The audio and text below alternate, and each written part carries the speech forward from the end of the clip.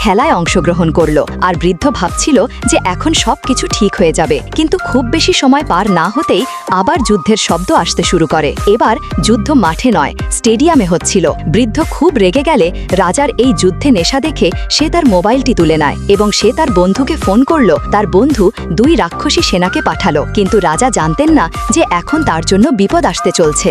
রাজা এখনো যুদ্ধ চালিয়ে যেতে ব্যস্ত ছিল। কারাগার থেকে আসা 2 সৈন্য মাটি ভেদ করে বেরিয়ে এসে রাজাকে ধরে ফেলে। তারা রাজাকে কারাগারের লিফটে বসিয়ে দিল। যখন লিফটটি নিচে নামে তখন রাজা একটি অদ্ভুত লোককে দেখতে পেল।